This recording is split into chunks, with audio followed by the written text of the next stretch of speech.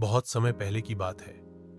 भारत के एक कोने में बसा था एक सुंदर और शांत जंगल अरण्य वन। यहां हर सुबह पक्षियों की चहचहाहट से होती, मोर अपने पंख फैलाकर नाचते और झरनों की आवाज किसी मीठे गीत जैसी लगती।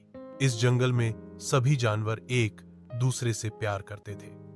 वहां था एक चालाक लोमड़ी लाली, एक बहादुर हाथी बबलू, एक डरपोक खरगोश चीकू और एक बुजुर्ग उल्लू गुरुजी जो सभी को कहानियां सुनाया करता था। पर एक दिन जंगल में अचानक हलचल मच गई। एक तूफानी रात के बाद बबलू हाथी की सूंड में कुछ अटका मिला एक पुराना मिट्टी में सना कागज का टुकड़ा।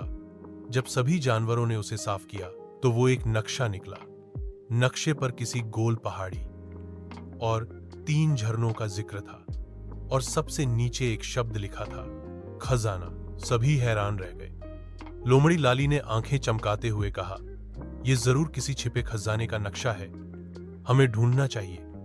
गुरुजी उल्लू ने धीरे से कहा, हाँ, लेकिन याद रखो, जहां खजाना होता है वहां खतरा भी होता है। फिर क्या था, चारों दोस्त चल पड़े रहस्य से भरे उस सफर पर। रास्ता आसान नहीं था। सबसे पहले उन्हें पार करना पड़ा भ्रम की घाटी, जहां हर दिशा एक सी लगती थी। अगर चीकू खरगोश की तेज सूझबूझ न होती तो वे सब घूमते ही रहते। फिर आया कांटों का मैदान, जहां चलने की जगह नहीं थी, लेकिन बबलू हाथी ने धीरे धीरे सबके लिए रास्ता साफ किया। तीसरी चुनौती थी नीली झील, जिसके पास एक बूढ़ा मगरमच्छ रहता था। मगर जब उन्होंने उसे आदर से नमस्कार किया और उसकी मदद की तो मगरमच्छ ने उन्हें अपनी पीठ पर बैठाकर झील पार करवा दी। सभी ने सीखा, सम्मान और अच्छाई से सबसे बड़ा दरवाजा खुलता है। अंत में वे पहुंचे गोल पहाड़ी के पास। वहां 3 झरने थे, बिल्कुल वैसे जैसे नक्शे में दिखाए गए थे। नीचे जमीन में कुछ चमक रहा था। खुदाई करने पर उन्हें मिला एक लकड़ी का संदूक। सभी की सांसें थम गई।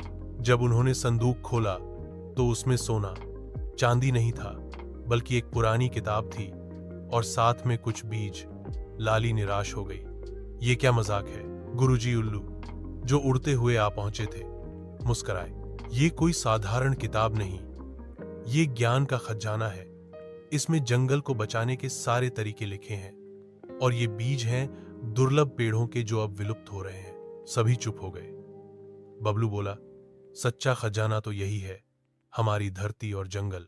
इसके बाद सभी जानवरों ने मिलकर उन बीजों को बोया। कुछ ही महीनों में अरण्य वन और भी सुंदर हो गया। अब वहां फूलों की नई किस्में थीं। रंग बिरंगे पक्षी लौट आए,